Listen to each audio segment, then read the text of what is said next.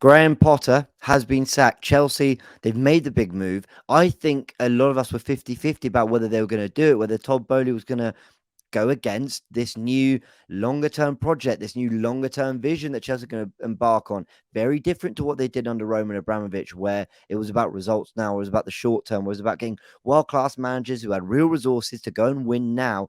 That wasn't going to be the way Chelsea were going to approach things to a degree because the money was still spent.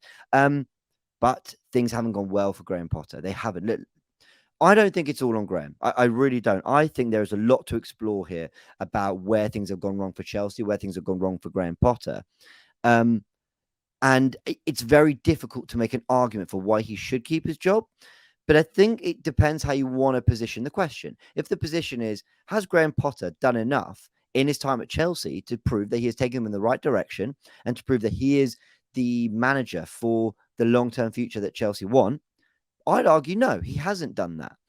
But do I also think that removing Graham Potter means, well, actually, everything now is in place for someone, the right man, to come in and take Chelsea to where they want to be? No, I don't think that either. I want to explore both areas of those kind of slightly different questions right now. Let's start by having a look, obviously, at the club statement, which we have here. Chelsea FC have announced that Graham Potter has departed the club. Graham has agreed to collaborate with the club to facilitate a smooth transition. That's very good of him. I don't know if I'd be that classy. Well, it's funny because a lot of people said that was the problem, right? A lot of people said he was too nice, he's likable and all that. But does he have he spoke with too much respect about the opposition. He spoke with too much. He didn't have that kind of aura you need as a Chelsea manager. Well, he could show now by not helping them facilitate a smooth transition. But I mean, I guess fair enough. In his time with the club, Graham has taken us to the quarterfinal of the Champions League, where we'll face Real Madrid. I mean, that says a lot, doesn't it? I know he didn't have very long, but there's not really much they can really say, can they? They can't say he led us to 12th. Where are they in the table? 11th, I think, actually, in fairness. Chelsea would like to thank Graham for all his efforts and contribution and wish him well in the future. Then God said that Bruno Salto will take charge of the team. That Todd Bowley and Bedard Egbali are disappointed with the outcome. They thank him a lot and all that. Right, fine. Why has he lost his job? Why has it happened? Only place to look is the results. Now, in fairness, let's start where it started. 14th of September. Now, this is a date that a lot of people are using against Graham Potter because, not using it against him, but you know what I mean. They're basically highlighting, look, he didn't take over mid-season. He took over like 7 Premier League games in. He started with a game against Salzburg. He won against Chelsea, against Palace away from home. I remember a last-minute goal. I think it was Conor Gallagher. They went on a good run. They beat Milan. They beat Wolves. They beat Milan again. They beat Villa. Quite a lot of clean sheets in there. They draw at Brentford. Fine, difficult place to go. They draw at Man United. People are thinking, okay, Chelsea are having a good start under Potter here, and he's really actually got the whole season. I think that's what Chelsea fans wanted to see. They didn't need to see perfection, but they wanted to feel like they understood the direction that the team were going in. But things start to really go downhill from this defeat here, Brighton, the 4-1, and then it's just bad from there. Chelsea. I've never seen Arsenal. I was at the game. I've never seen Arsenal walk it at the bridge the way they did in that game. It was completely and utterly comfortable. And then you see the defeat in Newcastle. Okay, they beat Bournemouth, but then just poor results scattered across. I mean, you look, there's nothing here.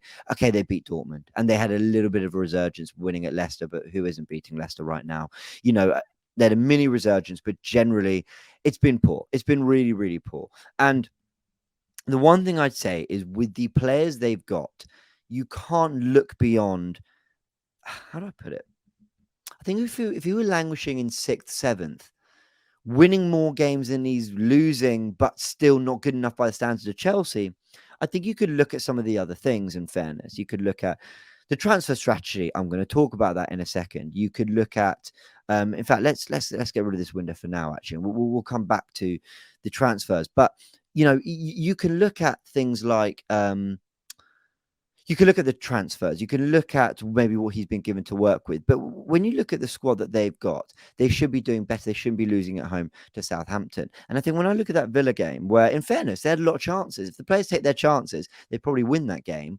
and maybe things start turning around. If if Koulibaly, is it Koulibaly? I can't remember who was it defended appallingly, on Everton's equaliser to make it 2-2. That could have been a win. They could be looking at 5 extra points here, and suddenly that starts to look a bit different. There's a real chase for Europa League, and maybe you just put it down as a bit of transition year. The fine margins in football are massive. And look, I'm not saying Villa, by the way, didn't deserve to win the bridge. They did. They created chances. They played well. Unai Emery's doing a really, really fantastic job.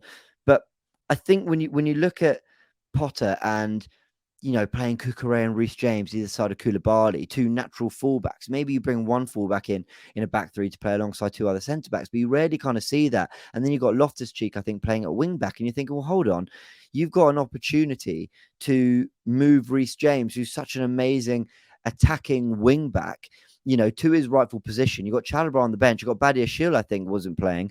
You're thinking the balance doesn't seem right. And there are tactical things, which I'll explore on DR Sports, on Talking Tactics with Matisse. There are tactical things that you think you didn't help yourself here. And that's why I think it's very hard for me to defend Graham Potter, even though I think he's a very good manager. What he did at Brighton, I think it's proven he's a very good manager, and he will continue to continue. He will reignite his career, and he will prove he's a very good manager somewhere. I actually believe that. Maybe he'll go to Leicester. There's a bit of a managerial merry-go-round. And actually, if I'm Graham Potter, I wouldn't want to wait too long to get back into management. I would be thinking, you know what, if that Leicester job's available, which we know it is. Brendan Rodgers was sacked this weekend. Maybe that's a move he might look at. In terms of who's going to come into Chelsea, well, Nagelsmann is the favourite, according to Fabrizio Romano. And look, was he doing the job at Bayern Munich he should have been doing? I'll let you debate that. I mean, I think when you're beating PSG quite comfortably and, you're still in the title race and all that, I think that was probably a harsh one. But that could be a very good appointment. That could be a very exciting appointment. This is a manager who has worked with big players. This is a manager who has kind of really made his way through, played at the Champions League at sort of different clubs and different levels, or managed even, shall I say, has actually got a lot of experience and could be a very, very good appointment for Chelsea. And we know Tottenham are looking for a manager as well. So 3 clubs that only a few years ago all had aspirations of Champions League football. Only one of them now has aspirations, and it probably isn't even looking favourites to get into the top 4, but just shows you like how quickly things change in football. Brendan Rodgers, Graham Potter, their stocks have absolutely collapsed this season, when only a year ago they were seen as 2 of the most exciting managers. Funny, because they're both available now. Tottenham would have tried to have appointed them a year ago. They might not go near them now. So how quickly things change in football, right? So let me know what you think of Julian Nagelsmann as a potential incoming for Chelsea, as a potential appointment. I do want to touch on something else, though. And let's bring this up again. Chelsea, we're just going to look at transfer marked here. This is Chelsea's 611 million euros. Only 611 million euros spent since Todd Boehly took over. I mean, where do you begin? I think the point I want to make about this here, okay? The point I want to make about this here is this, for me, this list, this is where it's gone wrong for Chelsea. Let's not forget that they did intend to embark on a project. They did intend to embark on a longer-term vision. That when things were going wrong for Potter at first, all the reports were saying that they're citing Arteta and Arsenal and them sticking by him in the turnaround and saying, look, we know that there's going to be rough, but we're going to come through it and we know what the potential gains are. And they haven't been able to do that. In fairness, Arteta's run, started actually well, won the FA Cup. And, and even when he had the bad patch, it was only really 10 games. Then he found a degree of some good performances, some bad, whatever. With Chelsea, it's kind of been a real kind of decline over a period of time. But this list is where I pin 90% of Chelsea's problems on. It's not because I don't think the players are good. But of this 611 million euros, maybe 200 million of it or more was spent on Thomas Tuchel.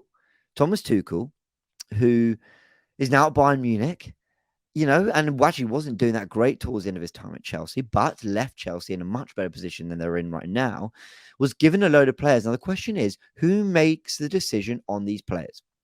Let's even forget the Sterlings and the Cucurellas and the Tuchel signings.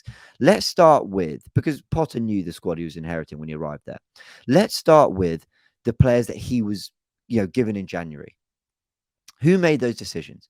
If these are Graham Potter signings, because we know that a load of staff came from Brighton as well, if Graham Potter said, "Yeah, I want Mudryk, spend the money. Yeah, give me Enzo Fernandez and let our only DM Jorginho go to our London rivals who are, by the way, chasing the title. Yeah, bring in who else they signed? Noni Madueke. Yeah, we'll have it. Badiashile. Yeah, the sent. By the way, I think he's a good player, Badiashile. You know, Jack Felix. If he's sanctioned all those signs and yeah, I want them, he deserves to lose his job, quite frankly, because this is a scattergun as all over the places you'll ever see. You talk about building spines, and they don't have a holding midfielder they can rely on, who is a natural holding midfielder. I know Enzo's a very good passer of the ball and a very good player. They don't have a lead number 9 that they can really trust either. They're key areas of your spine. Their centre backs are made up of Koulibaly's not been good enough, and Reece James and Cucurella who are fullbacks. Your spine is crucial. And if he has had a big say in the squad rebuilding, especially from January, then that's not good enough and he's right to lose his job. But if he's been given these players, then like Thomas Tuchel, who seemed to be given a load of these players, you start saying, well, it doesn't matter who the manager is. And I wholeheartedly mean that. Yes, another manager might get more out of this team. Yes, another manager might even get this group of players and challenge for top 4, certainly top 6. That's the group of players there is good enough to do that. But I'm not judging Chelsea by top 4 and top 6 standards. I'm judging them by challenging for the title. So let me remind you, can we zoom in on this? That 611 million euros spent. I'm judging them by Man City, Liverpool. Now, I know it takes time, but the point I'm trying to make is, even if manager comes in and does better, challenges for top 4, whatever, that's not good enough by the money spent and the standards that Chelsea have shown over the years, or at least prior to the last 2, 3, 4 years, maybe. But they won a Champions League in the last 2, 3 years. So there you go. I just think that this is where it's all gone wrong. And look, Graham Potter hasn't done well enough. And I acknowledged that earlier in the video. But I think whoever's responsible for this transfer window and these signings and this kind of blend, this awful kind of mix in the squad of just let's kind of just get whoever's exciting, whoever Arsenal are linked with, whoever's being talked about, whoever City don't want, we'll just chuck him in. Oh, Cucurella, City want him, we'll go get him. Whoever's responsible for that is, I think, the main reason as to why Chelsea is struggling so much this season. And the last thing I'll say on this, sort of, transfer stuff is, let's go back to what they said about a long-term project. Let's go back to what they said about a longer-term vision. You're going to go through bad patches when you're trying to change the culture of a football club. What were Chelsea before? They were short-term thinking. Ancelotti for 2 years, Conte for 2 years, Jose Mourinho for 2.5, 3 years, or whatever it was. That has been the way they have done things. Tuchel as well, 2 years or whatever. That is the way Chelsea have done things, and they've had a lot of success for it. I'm not even going to knock the model too much. They've had a lot of success for it. They've given the manager the resources, and it's all about winning now. They've got 2 Champions Leagues to show for it, plenty of Premier League titles as well. Yes, in recent years it hasn't worked that way, and I actually don't believe that to win the big prizes like the Premier League consistently, I don't even know if that approach is going to work in modern day football. But they wanted to change that. They wanted to change the culture of the club and back Graham Potter and have a longer term vision and look at a bigger picture and grow towards a more sustained success. But that doesn't work if you're giving him players that they know, I wasn't really bought by Graham Potter. And Graham Potter knows, yeah, I didn't really buy him. I've kind of been giving him. So when the going gets tough, what ties do they have to each other? What reason is there to sort of try pull up trees for one another, to try and get through the tough bits as a group? Where is that incentive? Where is that driven if the manager doesn't ultimately have the real say on the squad building and the group of players he's working week in, week out? Now, again, like I said, for a short-term approach, this might work. A manager comes in, galvanizes them. Listen, Chelsea might go back in for Antonio Conte, by the way. That could be an option. He might galvanize his team and get something out of what is a very, very exciting group of players to some degree, and do better. Don't get me wrong, but I think if you're trying to build a longer term vision, then almost everything, the manager has to be the epicenter of everything. So will Chelsea address that going forward? If they hire Nagelsmann, will he get the players he wants, or is he going to be given players, or are they going to go down the route of an Antonio Conte? I'm not saying Antonio Conte, but someone like him, where it's more like, listen, maybe Jose Mourinho. At one point, I saw Chelsea fans were thinking about Jose Mourinho back. Are they going to go for more of a short-term approach? Is Todd Bowley going to give the longer-term vision a go again? I don't know. I think to conclude, he wasn't doing well enough, Graham Potter, nowhere near it. And I'll be consistent. When Arteta was struggling, I was, as a fan, saying it's time to move on. I mean, I thought there were bigger problems at the club, and I addressed that. But and I think that of Chelsea. So I understand why Chelsea fans don't want Graham Potter there, and they've got their wish. Most of them, the ones that do want him gone, but I don't think that is, well, Chelsea's problems are fixed. New manager, Chelsea's problems are fixed. I think there's a structural problem. And once they address who's responsible for recruitment and they put the trust in the right people to get that right, and they go down that vision, then you might see Chelsea start to get it right in a more longer term fashion. But again, if it's about short term results, by the way, there's nothing wrong with that. I'm not saying that like there's, that might just be the way they want to do it, like they were doing it 5, 6, 7 years ago. But then who are the managers out there that you're going to get to do that? It's interesting. I think it leaves Chelsea a very interesting position. The season's a bit of a write-off. Of course, they've got the Champions League, and they might see that as something that a manager could be galvanized. I mean, Julian Nagelsmann, he got his club to the quarterfinals, right? He's not going to manage his team in the quarterfinals, but he might manage another team in the Champions League quarterfinals. Football's a weird game, isn't it? So let me know in the comment section below who is going to end up at Leicester, who's going to end up at Tottenham, who's going to end up at Chelsea, and more importantly, who do you think are the right fits for those clubs, and how do you think Chelsea should approach this going forward? I feel for Graham Potter to a degree, I do, but he wasn't doing well enough either. And I think it's a very grey situation, like the colour of the jumper I'm wearing. I think there's a lot of blame on many sides here. So how Chelsea approaches going forward will be very interesting. If you enjoyed this, hit the like button. Don't forget to check out everything on DR Sports as well. Go check out On Track GP as well, covering all the F1, amazing Australian Grand Prix as well. That was covered by Robbie and Abby, of course, on Track GP. And we will be live tomorrow for everything from the weekend roundup. There will be a Talking Tactics as well. We'll explore how Graham Potter got wrong in his last game as well. And yeah, plenty of fallout before they play Liverpool on Tuesday night. Will there be a galvanized Chelsea? We will see. We'll cover that all on DR Sports. So we'll see you very soon. Many thanks.